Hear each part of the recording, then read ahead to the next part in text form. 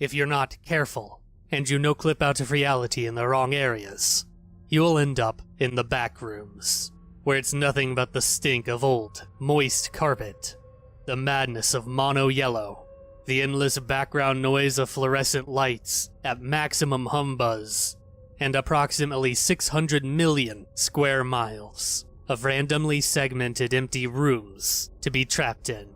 God save you if you hear something wandering around nearby, because it sure as hell has heard you. Level 22. Ruins Left Behind. Survival Difficulty, Class 5E, Environmental. Unsafe, unsecure, non-entity hazards. Level 22 was, at some point, an infinite, average-looking car park, which was at some point taken over, and later on abandoned, by a society that inhabited it. It was initially discovered in 1925. Description: Level 22 was initially nothing special. It took the appearance of a 20th century, multi-story car park, which was filled with various parked cars and shopping trolleys, all of which used to be full of building supplies and food. Due to the infrequent amount of hostile entities in Level 22, this location acted as a hub for countless groups and individual communities. In 1987, Level 22 was declared a small micronation, becoming independent of any other faction within the other levels of the Backrooms. From then on, the micronation within Level 22 continued to grow rapidly. By 1990, most entrances to Level 22 had been closed by its inhabitants, with this group officially isolating itself and giving itself the new title of M-Stable.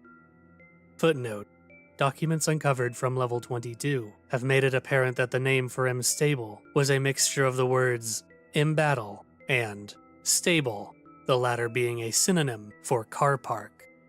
While M-Stable began negotiating trades with both the MEG and the BNTG in 2012 and 2015 respectively, this independent faction would very rarely allow those who were not a part of their group into the level.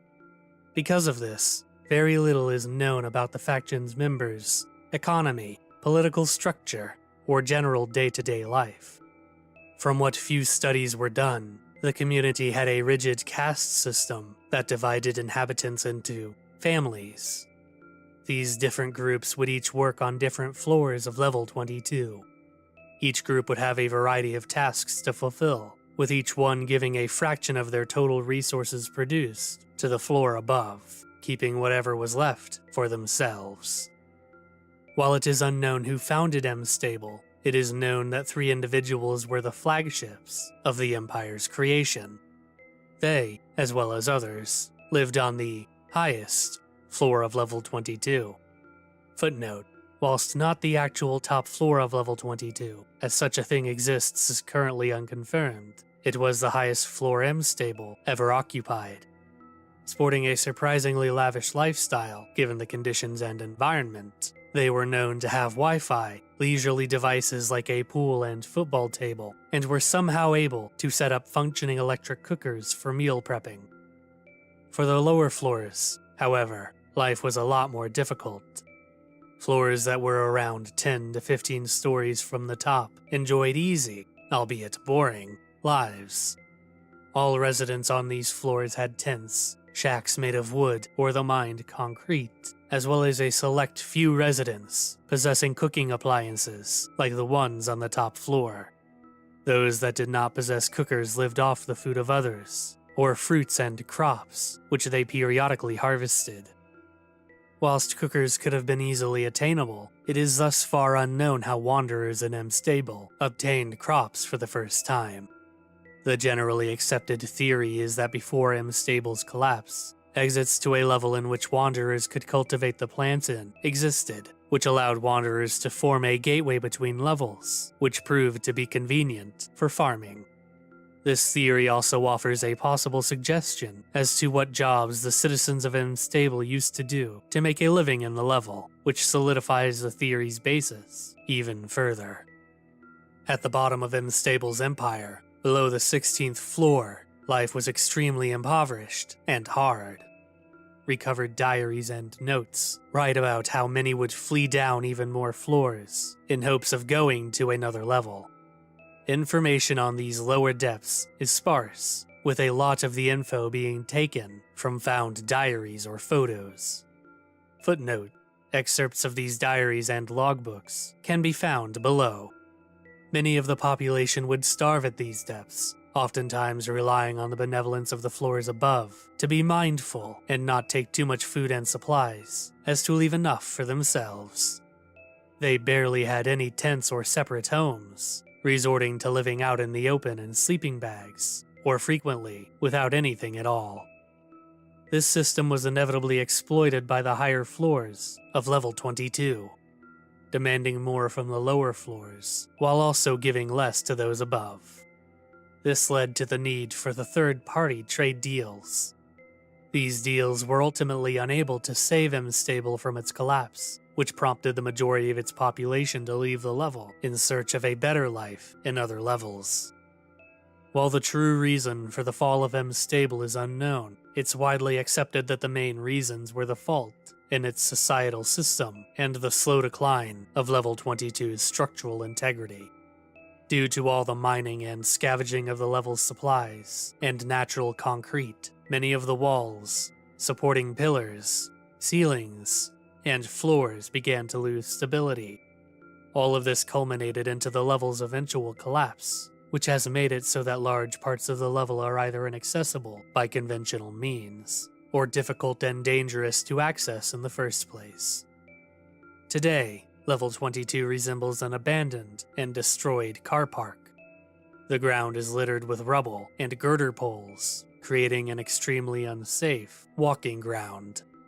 Cars and abandoned tents can occasionally be found while traversing this level.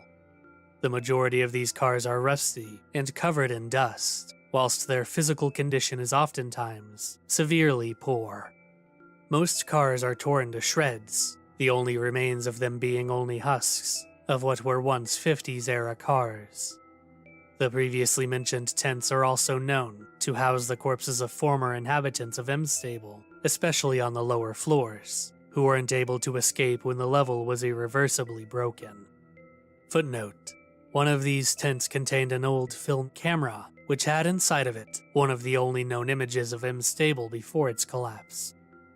Traversing level 22 is extremely difficult and unsafe, which has made it so that most wanderers avoid the level due to its lack of structural integrity. The structure of level 22 is unstable, and the stray debris can easily cause one to trip and injure themselves on the concrete, rebar, or destroyed automobiles. Apart from this, there are countless large, gaping holes within level 22. These holes are often extremely deep, suggesting that these spots are where mining occurred. While one can theoretically climb up or down these holes to reach new areas, doing so is heavily unadvised due to the inherent risks of free-form climbing, with many recorded accidental deaths occurring due to wanderers attempting to do so. Recovered documents. Despite the original M-Stable inhabitants fleeing with their documentation and history, remnants of personal logs and confidential data have been recovered by various groups, such as the Kalig Institute, the MEG, and the BNTG. Recovered diary, Hilda. Hilda is the presumed name of the recovered diary belonging to Jacob's Opal. For a full scanned copy of all surviving pages of this diary, inquire with site administrators or check the visual archives. The pages implemented onto this page are for dates 2nd of August, 2014, 6th of August, 2014, and 30th of October, 2015. 2nd of August, 2014, the day I score it big. Today's gonna be a big day, Hilda. Janice Hellion and I have been working tirelessly to mine concrete. The guys that supply us with the pickaxes over at the other level have been superbly generous and discounted the price on this new lot of picks. Can't thank them enough for that. Although that on its own is good, it doesn't exactly make today a big day, does it, Hilda? The reason why this new mining is important is that it may finally get my family up in the ranks. My partner and I have been trying to get up to floor 20 for the longest time, and have been talking to those who live there. though they occasionally talk about a disdain for the lot on 21. They did say that if we supplied them with enough concrete to give the floor 19 and above, then they'd let my family up. Gray's been working extra hard on mining. Hell, I think he was out all night mining about a week ago.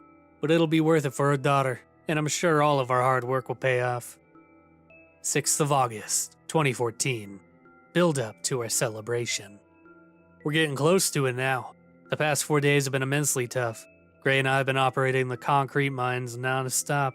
We traded away as little as possible for food, just so we can have enough for Tia to eat happily each night. I can tell Gray's excited for this, as he's been talking about it non-stop to Tia, explaining all the new stuff she'll get once we're up in the next floor and such. You know, a lot of the townsfolk around here don't believe we'll get to the next floor of M's stable, but I'll be sure to prove that point wrong to them. They've even spoken to Hellion, though he's thankfully still dead set on aiding us. Iden, Kellaby, and Raven still try to talk me out of it. Is their concern appreciated? Yes. Do I need it right now? No. 30th of October, 2015. This entry has no title. Another day, another batch of concrete to send up. Raven's taking it all up this time for me, which, thank God for that. I don't think I could even go into that province again, Hilda. At least Gray's doing okay. Z and Hellion seem to be happy with Tia and whatever their newborn's called. It's not my issue to ask or care if I'm honest. You know, Hilda, I worry about Tia and Gray. I get that they've got their nice new fancy accommodation up in the highs, but still, I've no idea if either of the two misses me or if Hellion will let me over. My guess would be no, but hope exists somewhere, and if it exists, I will find it. I'll meet you again, Tia. Mark my words on that. The full diary is currently under the ownership of the Kalig Institute. Recovered census report. Found on the top floor of M's stable. This specific record is one of the only confidential documents found that pertains to M's stable's method of operation. It can be seen that they conducted census checks at least every couple of years. This census, and another one recovered from a few years ago, are the only ones recovered thus far.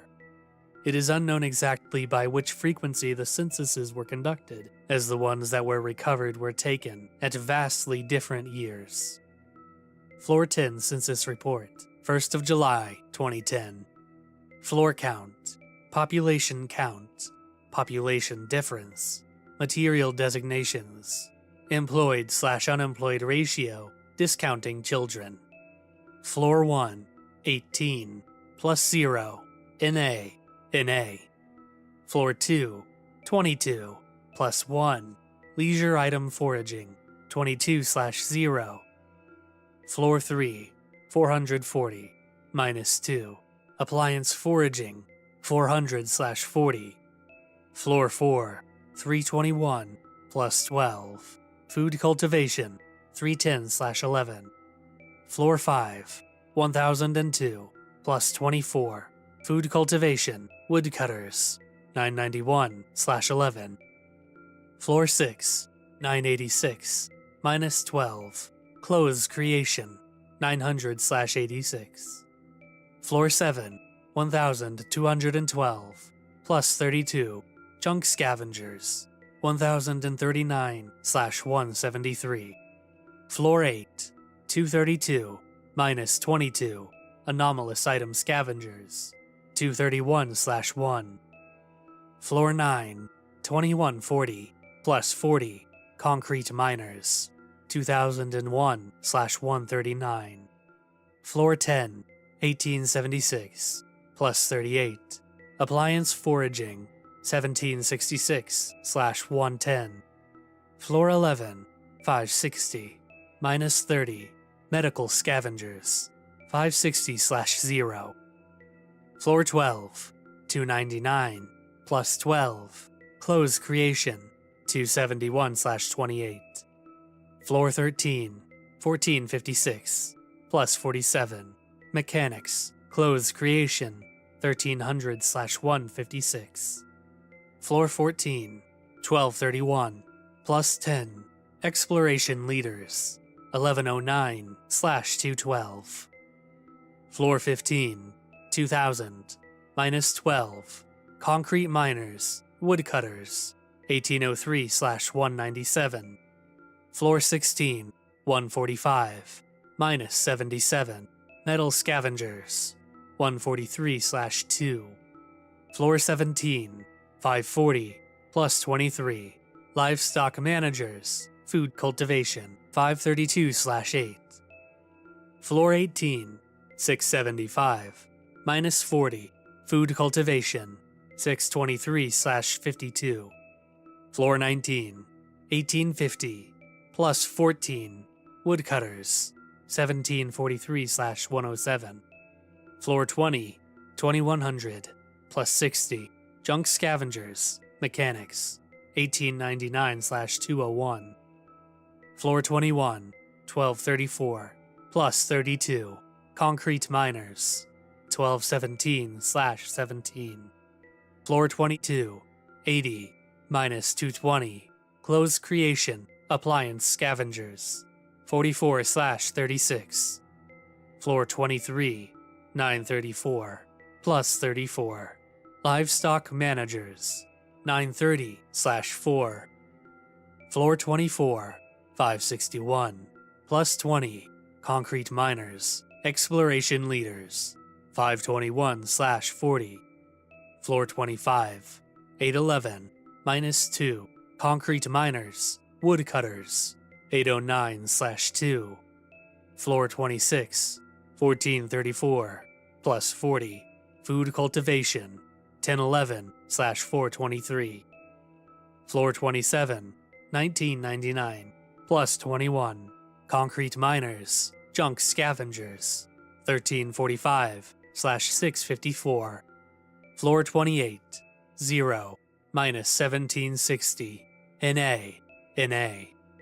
Floor 29, NA. Current population, 26,158. All other confidential M-Stable information is currently under the ownership of the MEG. Bases, Outposts, and Communities. As written above, M-Stable was the only active community in Level 22. None have arisen since its collapse. Entrances and exits. Due to M-Stable's initial efforts to border up all entrances to Level 22, many of the old exits have been lost or ceased to exist. However, after the collapse of Level 22, new exits have arisen. Entrances. Level 22 can be accessed through both Level 1 and Level 23. Both of these are new exits that were created due to the falling rubble and loss of structural integrity, creating holes in the floor of Level 21 and the ceiling of Level 23. Alternatively, albeit rarely, some of the original entrances to Level 22 can be found.